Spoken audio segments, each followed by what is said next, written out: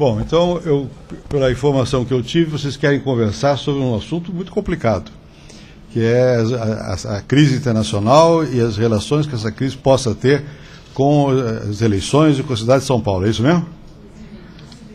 Não é fácil, vamos ver. Bom, primeiro vocês sabem do que se trata essa crise, né? Já estudaram e tal a crise, não? Bom, não, né? Então, fora da escola, vamos lá. É o seguinte, nós funcionamos num regime que é chamado regime capitalista, não é isso? Ou seja, é um regime no qual você tem que produzir mercadorias para iniciativa privada e tem que vender essas mercadorias no mercado para poder ganhar, fazer lucro, investir de novo e tudo mais. Nesse tipo de regime, e não é só nele, mas marcadamente nele, há uma área que é muito importante no processo de produção, que é como é que você financia. Vocês vivem aqui no Brasil e sabem disso. Por quê? Toda hora eu estou anunciando no jornal. Automóvel a 90 meses de prazo, não sei o quê, taxa de juros de não sei quanto e tal e coisa. Crescentemente, nas economias modernas, as pessoas não compram à vista. Elas pagam a prazo. Compram e depois vão pagando aos poucos. Mas não são só os consumidores como vocês, que eu espero que não consumam demais, mas mesmo as pessoas que estão trabalhando numa fábrica, quando vão comprar uma máquina, não pagam à vista. Fazem um empréstimo e vão amortizando esse empréstimo. Quando você quer fazer um grande investimento, por exemplo, agora a Vale do Rio Doce está querendo comprar uma outra companhia. A Vale do Rio Doce é talvez a segunda maior empresa mineradora do mundo. E ela quer comprar uma outra companhia. O que ela faz? Custa um dinheirão, digamos, 50 bilhões de dólares. É muito dinheiro. E a Vale do Rio Doce deve valer 140 bilhões, quer dizer, é a terça parte do que ela vale. Ela não tem. Né? Ela, antes de comprar, ela procura os bancos e pergunta se os bancos estão dispostos a emprestar. E vão financiar num certo prazo. E tudo isso tem que ser feito muito cálculo, porque a Vale do Rio Doce tem que ver. Bom, se eu vou tomar emprestado, eu vou pagar uma taxa de juros de não sei quanto. Digamos que é 10% ao ano. E eu vou ter que produzir, fazer render o meu investimento para eu poder pagar esse empréstimo. Quanto é que eu vou precisar de ter de produção, quando é que vai ser o lucro, etc, etc. E isso também vai ser, por sua vez, vendido a outros. Ou seja, sempre se financia alguma coisa. Isso é necessário. Então, uma parte importante do sistema de produção, mesmo da produção em geral, agricultura, indústria, o que seja, depende de banco, depende de financiamento. As pessoas às vezes pensam que o capital do banco não é produção, não é produtivo. É um pouco enganoso isso, porque não existe produção se não houver também um sistema bancário, um sistema de financiamento que permita você fazer antecipadamente os avanços necessários para poder rolar o sistema econômico. Então, isso é muito importante no mundo. E crescentemente é assim. Bom, e no mundo atual, como vocês também já sabem, basta ler os jornais, cada vez mais existem trocas comerciais pelo mundo afora. Os produtos são feitos aqui, vendidos lá fora, você compra produto lá de fora, e mais ainda, você não faz todo o produto, muitas vezes, num só lugar. Uma parte é de um lugar, outra parte é feita em outro lugar, a matéria-prima vem de um terceiro lugar, o desenho de quem fez aquele produto foi feito em um outro país, quer dizer, há muita interdependência entre os vários países no próprio processo de produzir. Né? Não há mais, como houve em outros momentos, uma visão de que você podia fazer tudo dentro de um mesmo país. Agora não é assim. Há o que se chama fragmentação da cadeia produtiva. Quer dizer, você produz em pedaços que são feitos distintamente. Muito bem. E isso tudo aumentou muito o sistema de trocas internacionais. E, por consequência, aumentou muito a necessidade de financiamento. Bom, e isso também foi gerando uma massa imensa de recursos financeiros. Os bancos vão ganhando mais, trabalham mais, não sei o quê, e tudo vai crescendo fortemente. E os bancos foram também criando mecanismos especiais de crédito. Por quê? Porque quando eles emprestam dinheiro, eles têm que ter alguma garantia de que esse dinheiro vai ser devolvido. Então eles emitem um papel, uma hipoteca, suponhamos, vai comprar uma casa. Você assina um papel, chama-se uma hipoteca, você se compromete a pagar. O banco pega aquele papel, antigamente ele ficava dentro do banco, e o banco tinha o recurso próprio para poder, no caso de você não cumprir, você não pagar, ele ter o dinheiro para arcar com o prejuízo. Agora não é assim mais não. O banco pega aquele papel e passa para outro. Ele vende a hipoteca para um outro, que assume o risco. Bom, isso aconteceu de uma maneira muito generalizada no mundo. E essa questão de um assumir o risco do outro, você quando vai fazer um negócio ter garantia de que se você tiver prejuízo, você tem uma compensação, foi criando o que eles hoje chamam, desculpa, tem que ser em inglês, hedge fund, que são fundos no fundo de garantia desses empréstimos. Então não existe só o banco que empresta, existem outras atividades financeiras que complementam o banco e que repassam os papéis que o banco tem como garantia a outras pessoas que têm capital e que cobram uma taxa de juros, porque ele diz, ocorreu um risco, eu tenho que ganhar alguma coisa. Bom, e o que aconteceu agora foi isso. Esse sistema criou um momento em que ele chama uma bolha que estourou. Vou dizer por quê. Lá nos Estados Unidos, ampliaram muito os empréstimos para comprar casa própria. E como você tem, em certos momentos dos países, também, isso tem a ver muito com a demografia, com coisas dessa natureza, necessidade de fazer casas, porque famílias novas vão se constituindo, e no caso dos Estados Unidos, por causa da imigração, vem muito mexicano, muita gente de Porto Rico, muita gente do Caribe em geral, até do Brasil, vai para os Estados Unidos. Bom, essas pessoas foram se acomodando e tal, foram casando e tal, e começaram a fazer casa e havia financiamento, os americanos também. Bom, e foram então, as empresas de financiamento das casas começaram a diminuir o critério para saber a quem eles emprestavam. E houve uma expansão enorme, e os preços das casas subiam muito. Não só nos Estados Unidos, eu estou dando um exemplo que é lá que estourou. Então, os preços subiam muito porque tinha muita gente querendo comprar casa. A oferta não alcançava. E isso deu uma movimentação enorme em toda a indústria de construção civil. Aumentou o número de empregos. E produziam mais casas e vendiam mais casas. E essas pessoas que compravam essas casas iam tendo cada vez facilidades maiores para comprarem essas casas. E na medida que as agências que faziam as hipotecas, que emprestavam o dinheiro, elas deixaram de prestar muita atenção à capacidade que o cliente tinha para pagar, começaram a emprestar demais. Então, diz, olha, não se preocupe com a entrada, porque eu vou financiar a sua entrada também. Bom, até que isso cresceu, e começou a pegar muita gente que não tinha, na verdade, capacidade de pagar. Bom, quando um não paga, o outro não paga, o outro não paga, as coisas complicam. E complicam de que maneira? Porque quem emprestou o dinheiro já vendeu a hipoteca para um outro, que por sua vez já vendeu para um terceiro. E na hora de fazer essas vendas dos papéis de uns para os outros, existem lá, como aqui também, o que eles chamam agências reguladoras, que devem avaliar o risco que você corre. Acontece que os grandes bancos começaram a pegar esses papéis e juntavam esses papéis de maus clientes com papéis de bons clientes. E as agências reguladoras diziam que eram todos de bons clientes, porque tinha um banco não sei quanto que estava garantindo. Aí pegavam esse pacote que eles faziam e vendiam na China, na Alemanha, no Brasil e tal. Quando os maus clientes dele começaram a deixar de pagar, aí deu pânico. Porque pegou todo mundo e ninguém sabe realmente qual é o valor que você tem em caixa, porque você comprou um papel pensando que ele era de bom cliente. Como é de mau cliente, você não sabe se ele vai pagar. E você não sabe, entre os papéis que você comprou, quais são os bons, quais são os maus, que você comprou misturado. Então começou a haver uma desconfiança muito grande de um banco com outro, de uma agência que financiava com outra agência que financiava. E aí para de pagar. Houve um momento, por exemplo, na Europa, que os próprios bancos, foi em agosto, que costumam, no fim do dia, emprestar um dinheiro para o outro, para não ficar no negativo, começaram a cobrar taxas de juros muito elevadas entre eles, porque não acreditavam que o banco estivesse em boa situação financeira. Então cria uma desconfiança no mercado. Foi o que aconteceu. Até hoje, você não sabe muito bem qual é o tamanho do buraco. Ninguém sabe quem é que está com papéis que não vão ser pagos. E, ao mesmo tempo, as pessoas que estavam endividadas, compraram as casas, elas compraram, e quando estava aquele momento de crescimento da economia, o valor dos imóveis subindo, você compra uma casa. Se paguei 100 mil reais hoje, daqui a 3 meses ela vale 120 mil, daqui a 6 meses 150 mil, aí eu estou rico. Então você faz mais gastos.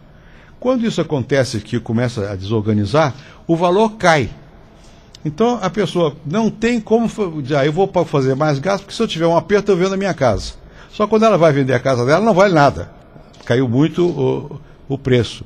Então ela resolve não pagar mais e abandonar a casa e voltar para o Brasil, voltar para o seu país de origem, ou mesmo lá nos Estados Unidos, mudar de cidade. Por exemplo, eu dou aula numa cidade, lá numa universidade chamada Brown, lá nos Estados Unidos. E a cidade chama-se Providence, que é em Rhode Island, perto de Boston. Nessa cidade onde eu moro, lá, um dia saiu no jornal o mapa da cidade e 800 bandeirinhas marcando as 800 casas que iam a leilão. Por quê? Porque os 800 proprietários não estavam pagando o banco, e lá é assim, 3 meses de atraso, ele perde a casa, vai para o leilão. Bom, quando vai para o leilão 800 casas, o valor de todas cai. Porque todo mundo não tem tanto comprador. E cai também da vizinhança toda. Isso é que produz a crise.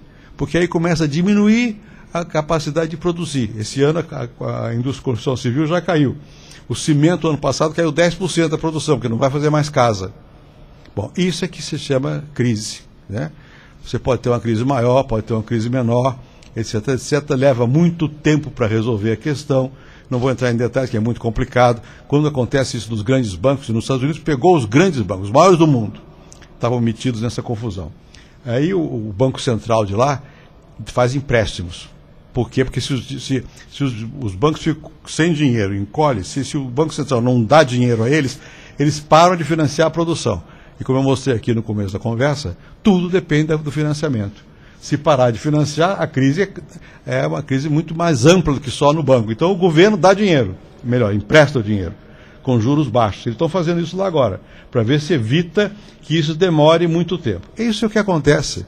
E isso acontece no sistema capitalista, é curioso, mas acontece a cada certo número de anos. Há um trabalho de um famoso economista, nascido no Canadá, mas americano, chama-se Galbraith, que ele estudou a primeira vez que aconteceu isso no mundo capitalista. Foi no século XVII, na Holanda. E é curioso, porque lá se fazia uma especulação com tulipas. Houve a crise das tulipas, se chama. Começaram a plantar tulipa e a vender tulipa. Essa tulipa vale $1.000. Não, mas no dia seguinte ela vale $1.200. Então a gente começaram a comprar tulipa e guardar a tulipa. A tulipa passou a ser um ponto de como se fosse um brilhante. No fundo, um brilhante é a mesma coisa. Um brilhante, uma tulipa, não sei o quê. Muito bem. Até que alguém disse, olha, mas isso aqui é uma tulipa, eu não vou pagar. E o outro também não paga, caiu tudo. Agora, por que as pessoas não param antes? Porque querem ganhar mais. Então elas ficam ali apostando que a tulipa vai valer mais. Elas sabem que é meio arriscado, mas o meu vizinho está ganhando, eu vou ganhar também na competição. Isso é a base de todas as crises, repete essa mesma história. Né? Quer dizer, por que você sabe que quando começa a crescer muito, chegará um momento, os empréstimos estão sendo muito grandes, é muito crédito, não vai aguentar. Mas eu não caio fora antes, porque senão a Daniela ganha de mim. Ela continua no jogo e ela está continuando apostando, e eu vou perder. Então você não sai do jogo. Os poucos mais espertos que saem se livram, os outros ficam, e aí dá um problema grande. E isso está acontecendo nesse momento lá na economia internacional, na economia norte-americana, e acontece com certa frequência. Um amigo meu fez um levantamento e disse o seguinte, olha, as 8 últimas crises desse tipo no sistema capitalista, dessas 8, 7 começaram no sistema imobiliário. 7 vieram desse mesmo problema da expansão do sistema imobiliário. Há muito poucos anos, vocês não se lembram, mas no Japão houve uma coisa semelhante. E os imóveis começaram a valer muito, de repente cai tudo. Na Tailândia, a mesma coisa, 97. Mas não é só no sistema imobiliário, que o sistema imobiliário parece ter uma fascinação por atrair esse tipo de capacidade especulativa. O novo agora é esse fato que eu mostrei aqui depressa, porque é complexo, que eles chamam de hedge funds, e o que eles chamam, não vou nem entrar nisso, chama de derivativo. E a coisa é o seguinte, você está apostando, você paga uma aposta que é o papel que ela comprou vale. Então, pega esse papel, ela vende para mim o papel, eu vou vender para você mais adiante esse papel, vou transferindo o meu risco para outros.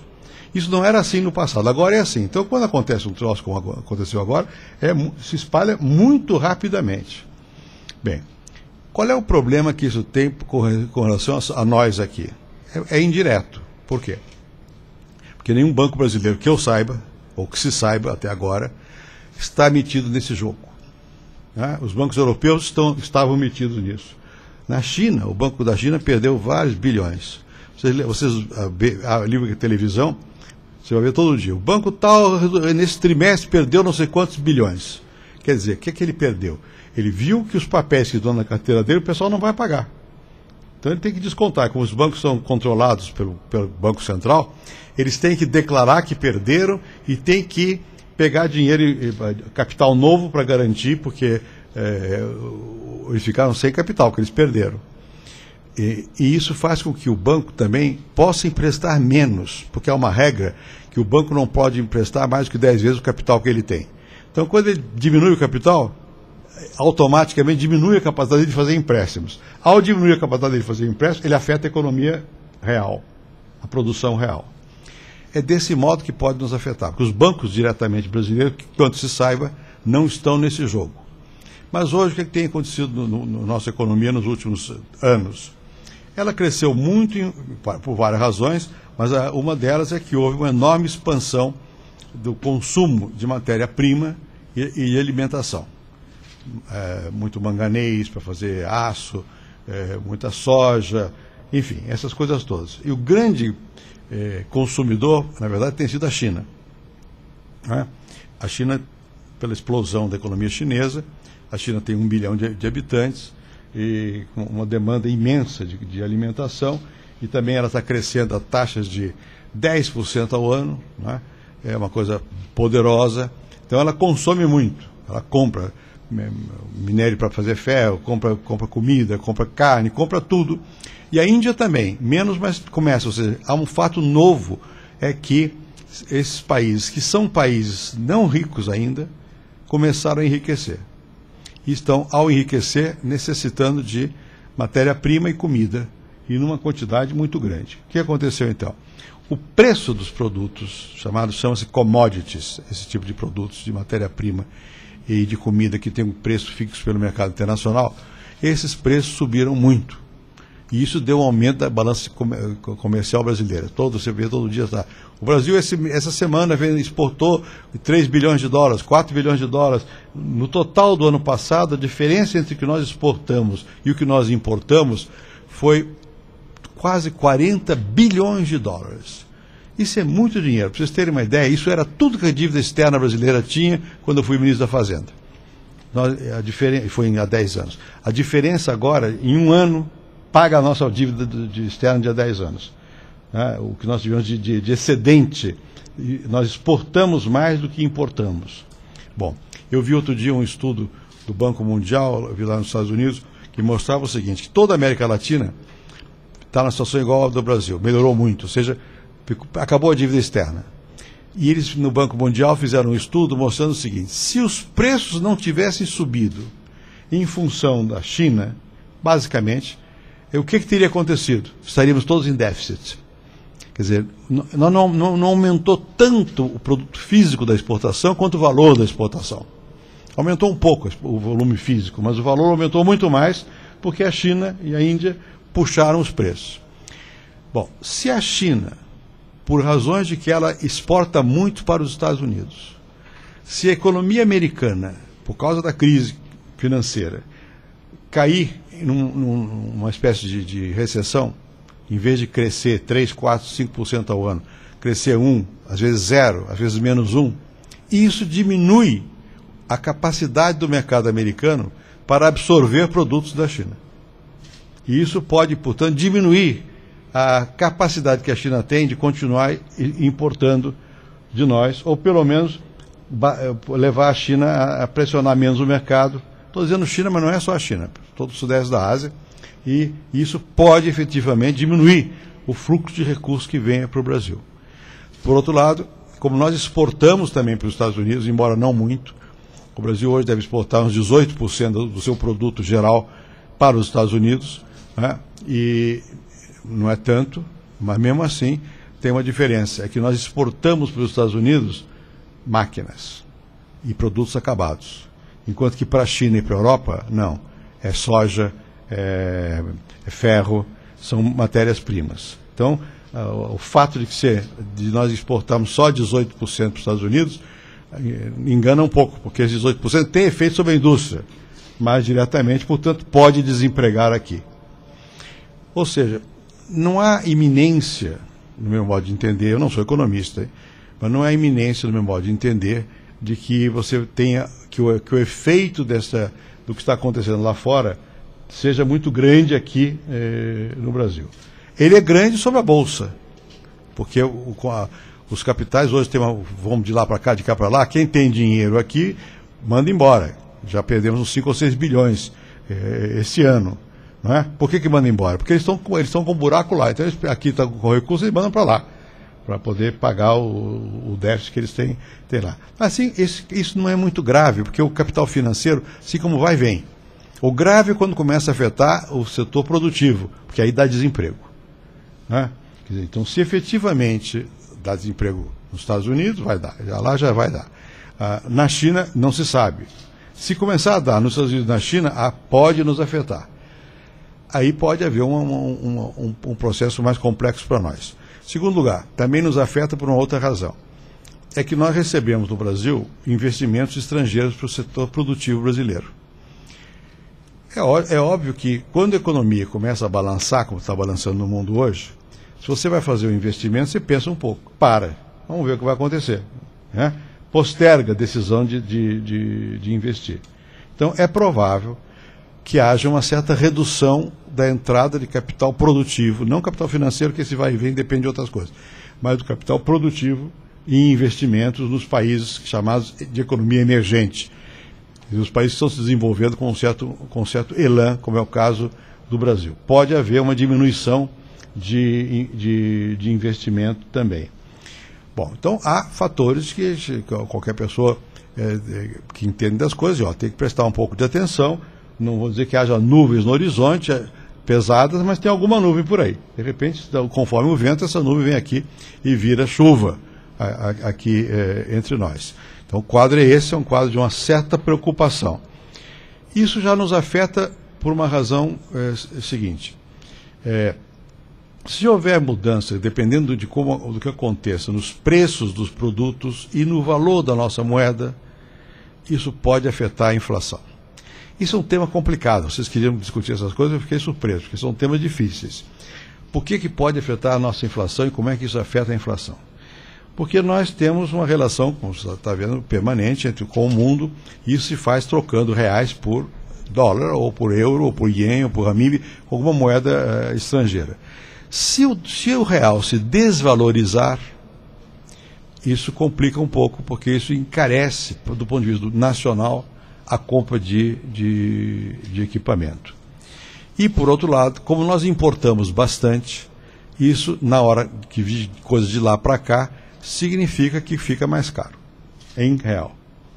E aí dá um pouco mais de confusão, pode subir, os preços podem subir aqui. E é por isso que toda hora se diz, olha, o Banco Central vai aumentar a taxa de juros. Por quê? Porque o Banco Central fica com medo que, se começar a haver alguma inflação, se todo mundo quiser comprar e não houver oferta, e a oferta lá de fora subir o preço, pressiona a inflação. Então eles podem...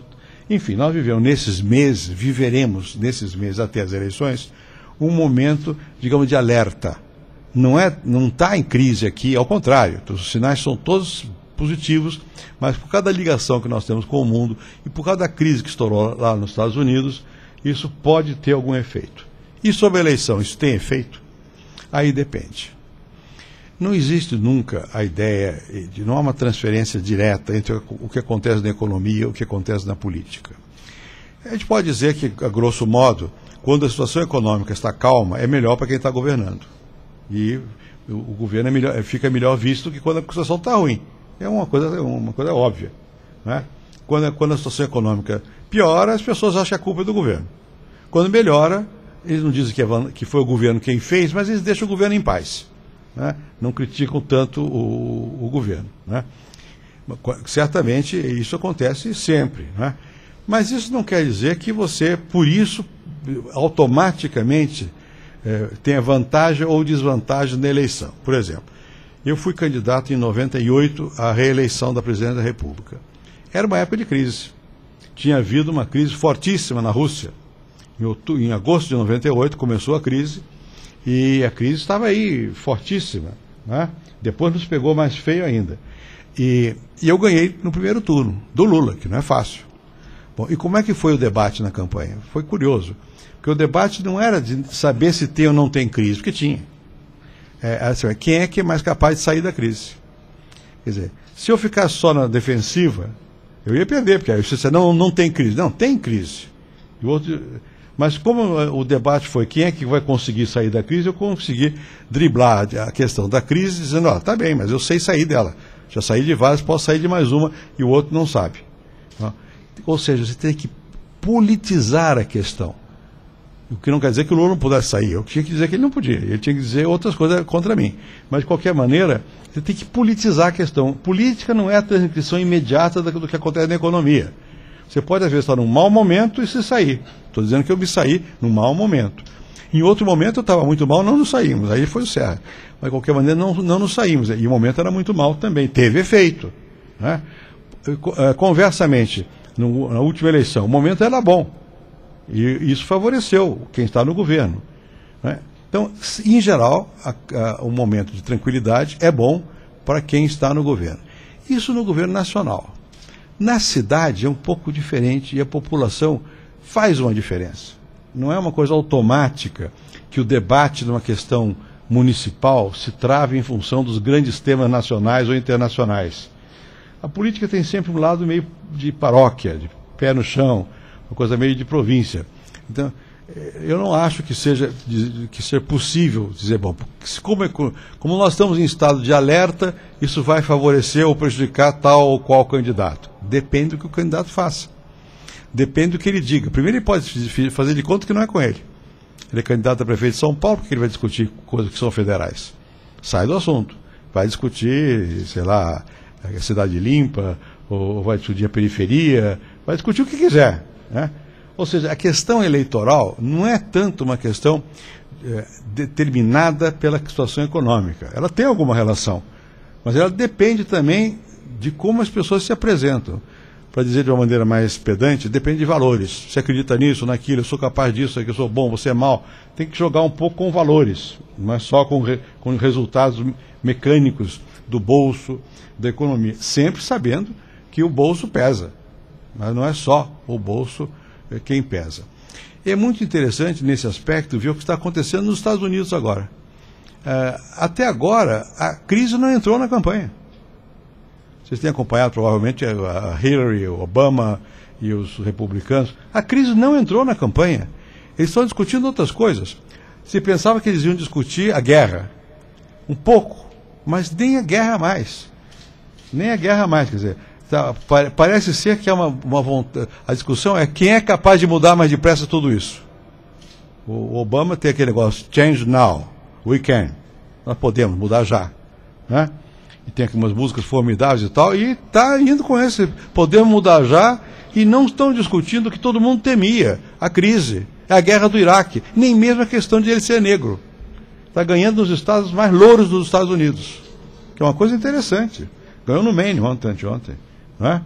Bom, então você vê como a política não tem uma relação tão direta com os fatores macroeconômicos. Tem, mas não é tão direto. Depende de como as pessoas reajam à situação.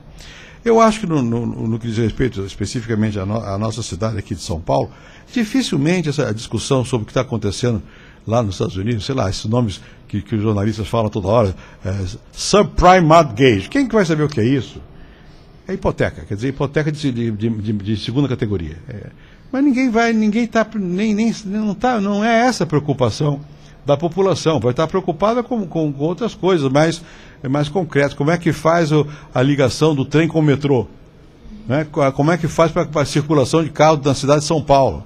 O que é que faz com a poluição?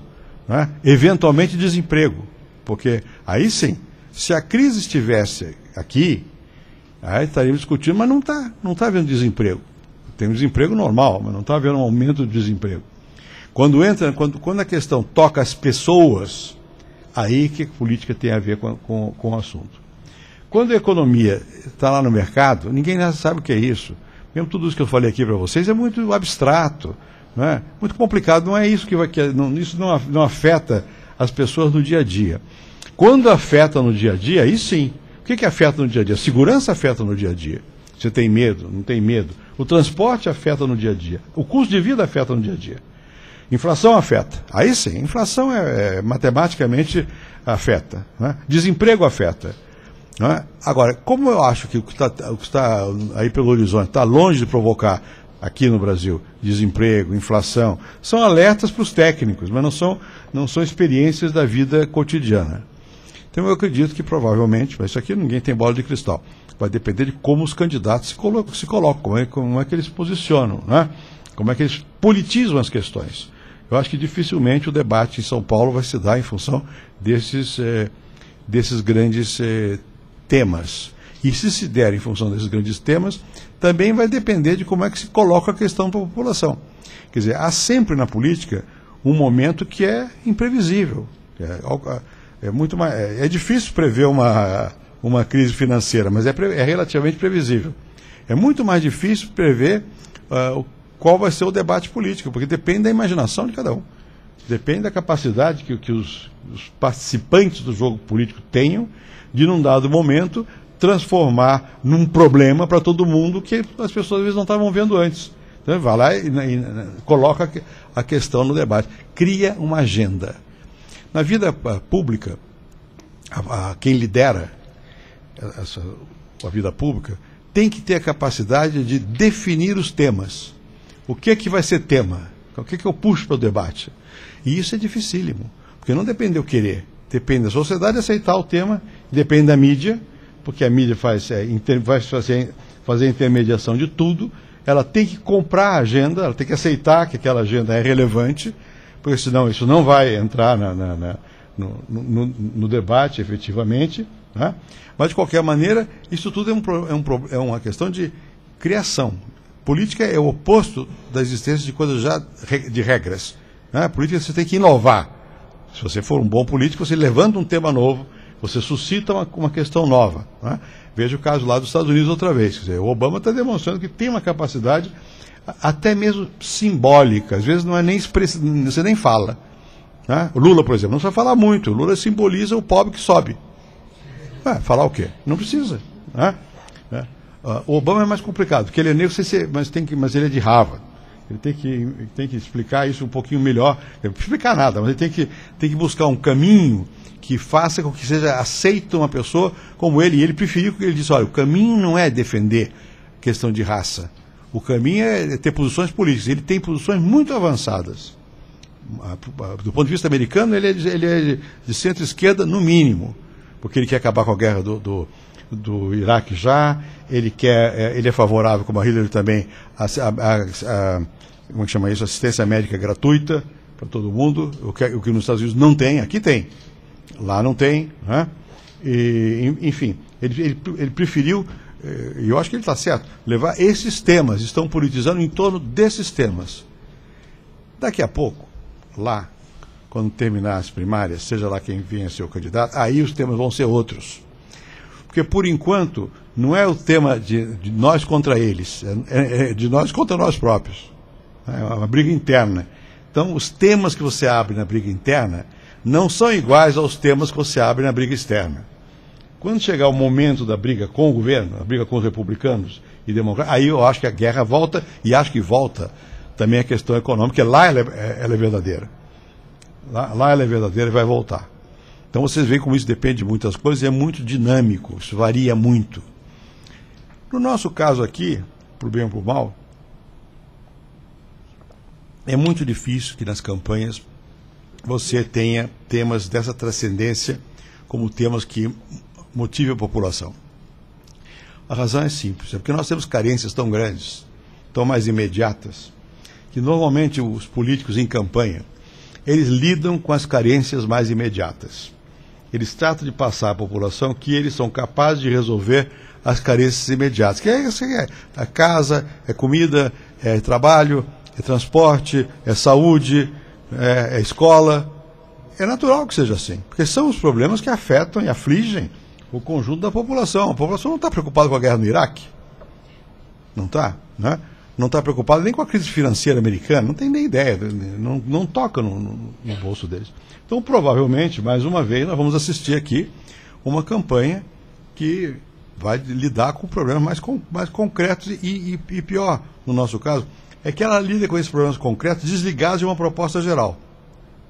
Fica muito mais, eu vou resolver isso, eu vou resolver aquilo, e não se coloca nunca um conjunto ordenado de questões que digam, olha, aqui é um caminho que eu vou seguir, e só eu posso seguir, tem sempre que ser assim, só eu, só meu partido, porque está na briga você tem que dizer, ó, não vai dar nenhum espaço para o outro, né?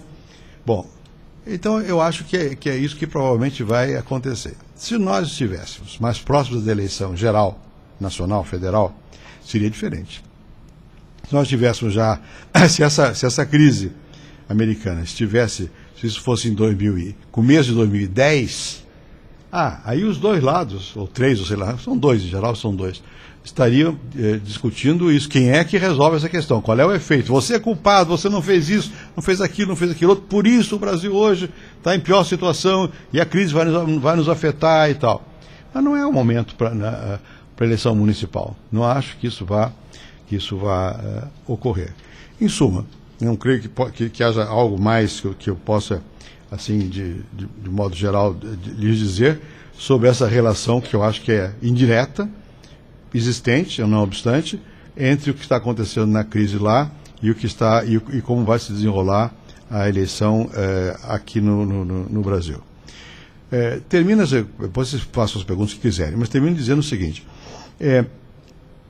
evidentemente, daqui até outubro, muita coisa pode ocorrer.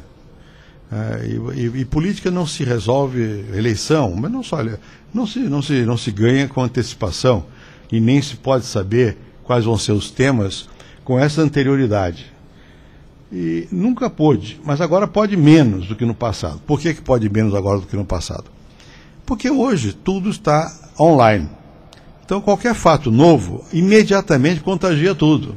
Porque você tem os meios de comunicação imediatos. Você tem televisão, você tem os blogs, você tem internet, você tem rádio. Então acontece qualquer coisa, qualquer fato novo muda o resultado. Eu vou dar um exemplo paulistano. Quando a Erundina foi eleita prefeita, quem estava à frente era o Maluf. E era quase segura a eleição do Maluf. Até que, 3 ou 4 dias antes das eleições, houve em Volta Redonda uma greve e alguns militares atiraram e mataram os trabalhadores. Isso mudou a eleição. Mudou a eleição. Quer dizer, o Maluf perdeu, ele não tinha nada, não foi ele quem mandou matar, ele não sabia que estava acontecendo aquilo, mas aquilo foi usado de tal maneira, como o Maluf tinha ligações com o regime, e a Erundina não, ela ganhou a eleição. Né? No exemplo mais recente, que não é municipal, foi na Espanha. Na Espanha, todas as pesquisas indicavam que o candidato do ex-presidente Aznar, que era do partido, que eu não me lembro, Popular chama-se lá, que é de centro-direita, ia ganhar do Partido Socialista, que era o Zapatero. Até que houve um atentado lá em Madrid, na estação de Atocha, que se chama, estação de metrô de Madrid. E morreu muita gente. Não foi o atentado em si que mudou a opinião, foi o fato de que o governo do Aznar forçou a mídia e deu informações dizendo que aquele atentado tinha uma ligação com a Al-Qaeda, não me lembro exatamente assim. E não era verdadeiro. E isso foi desmistificado em 48 horas. E tem uma pesquisa de um sociólogo muito bom chamado Manuel Castells, que mostrou que em Barcelona a mudança de opinião foi 24 horas antes do voto. E essa mudança se deu através de uma coisa que muitos de vocês, se não todos, têm, que é isso aqui. Do telefone celular, mandando torpedo. E viu que quem mudou a opinião foram os jovens. Como é que viu que foram os jovens? Pelas horas que foram feitos os torpedos. A hora que o velho está dormindo. Foi de madrugada. Não de manhã, cedinho, meia-noite, 1 hora, 2 horas, cedinho o velho está acordado. Mas essa hora, sim. E ele fez um levantamento disso aqui, dos torpedos que foram trocados, e foi uma agitação inesperada, porque os jovens eram muito apáticos. E deu uma revolta e ganhou a eleição o Zapatero, né? De alguma maneira, agora, o que está acontecendo nos Estados Unidos, os jovens estão aparecendo para votar, né? Dá uma eletricidade no ar. Isso acontece, quer dizer, política é o inesperado. Não adianta você ficar... Claro que é o inesperado dentro de um contexto. Isso quer dizer qualquer momento... Não. Mas dentro de um contexto acontecem fatos que são inesperados. E isso é que dificulta a gente poder prever o que vai acontecer. Eu jamais fiz previsões, porque acho que não tem sentido, porque muda. E o que é próprio da vida política é justamente a criação. Quando você faz, em termos de ciência política, quando você está discutindo a relação entre a administração e a política, é que na administração tudo é regra, ou deve ser regra, né? Às vezes você vê os cartões corporativos estão sem regra, dá confusão. Tem que ter regra para a administração poder fluir com tranquilidade. A política não, a política você cria, você inova, você propõe uma coisa que não está no jogo. Esse aqui a política forte, é a criação, é abrir um caminho novo. E, portanto, é imprevisível. E, portanto, depende não só das estruturas econômicas, sociais e tal, mas depende também do que você propõe e da liderança. Depende de como é que... Não é qualquer liderança, nem em qualquer momento, nem qualquer coisa que você propõe. Não é que seja desconectado da estrutura. Eu ia dizer que acabava, mas vou falar só um minutinho mais. Deixa eu dar um outro exemplo de como essas coisas acontecem. Que eu acho que é um exemplo de uma coisa que é bastante famosa, que é o seguinte: você se lembra o que aconteceu em Paris em 68? Que foi não só em Paris, a Revolução dos Estudantes, né? Bom, e a Revolução dos Estudantes em maio de 68. Vocês não eram nascidos. Bem, eu já era professor lá. Bom, e a França naquela época era um país muito disciplinado. O presidente da França se chamava Charles de Gaulle, que era um herói, né? E um homem autoritário e tudo mais. E havia um partido comunista, tudo em ordem, direitinho e tal. Bem, aqui de repente Paris pegou fogo, entrou uma ebulição enorme. Nos Estados Unidos também, os campos universitários, muito protesto, muita vontade de liberdade. Nos slogans na França era proibido proibir, né? Uma opção de coisa dessa natureza.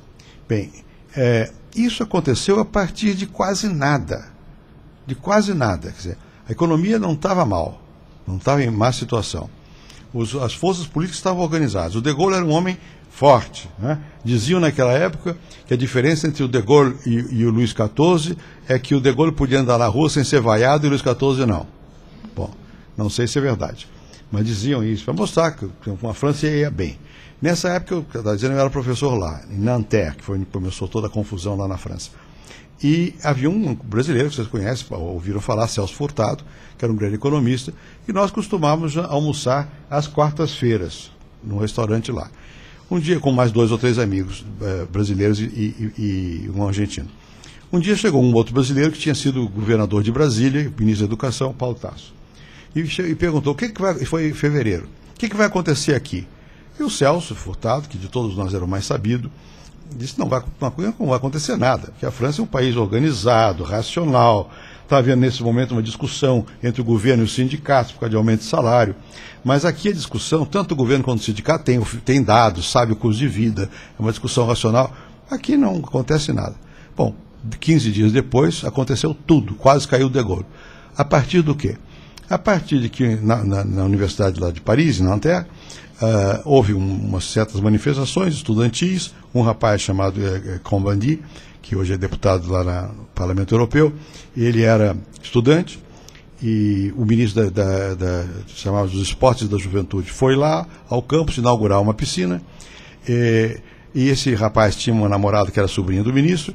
Ele se sentiu à vontade para dizer algumas coisas que não devia ter dito, porque o ministro inaugurou a piscina. Ele disse, bom, vocês são nazistas, vocês estão querendo piscina em vez de sexo. Por quê? Porque em Nanterre havia uma demanda muito forte de liberdade sexual. Liberdade sexual naquela época queria dizer o seguinte, que as moças, como é que era a história bem? As moças podiam, se quisessem, ir aos dormitórios dos rapazes, mas não vice-versa. E a liberdade era o vice-versa. Né? Para um brasileiro aquilo tudo era espantoso, havia muita liberdade. Né? Mas eles achavam que não havia e tal, então o Combandi disse lá ao ministro, vocês estão inaugurando a piscina para nós fazermos esporte, porque são contra, isso é coisa de nazista. Isso foi o começo. Bom, 15 dias depois, toda a França estava em greve. Por quê? Porque o diretor da faculdade começou a ter problema com os estudantes, e a partir daí mandou fechar a faculdade para dizer que não era possível, havia muita indisciplina. Não havia indisciplina nenhuma, eu era professor lá, nenhuma. Mas para eles era muita indisciplina, os estudantes resolveram invadir a faculdade, depois invadiram a Sorbonne, foi indo, contagiaram os sindicatos, e o De Gaulle teve que ir à Alemanha para pedir apoio para as tropas francesas que estavam na Alemanha, para garantir que eles tinham a situação sob controle, voltou, fez um discurso forte e quase caiu, né? A partir, aparentemente, de nada. Começou por um nada. Né? Isso quer dizer que as estruturas não têm peso? Não. Claro que elas têm peso, mas elas não explicam tudo. Há momentos que, apesar de que tudo está funcionando, e de repente vem uma chispa, né? Um curto-circuito, e que pode ter consequências inesperadas, e mudar tudo. Na França não mudou tudo, mas muita coisa mudou. Caiu o ministro, caiu não sei o que lá, e mudou muito o clima das universidades, mudou, etc, etc.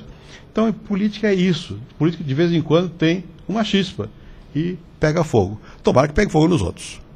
Muito obrigado.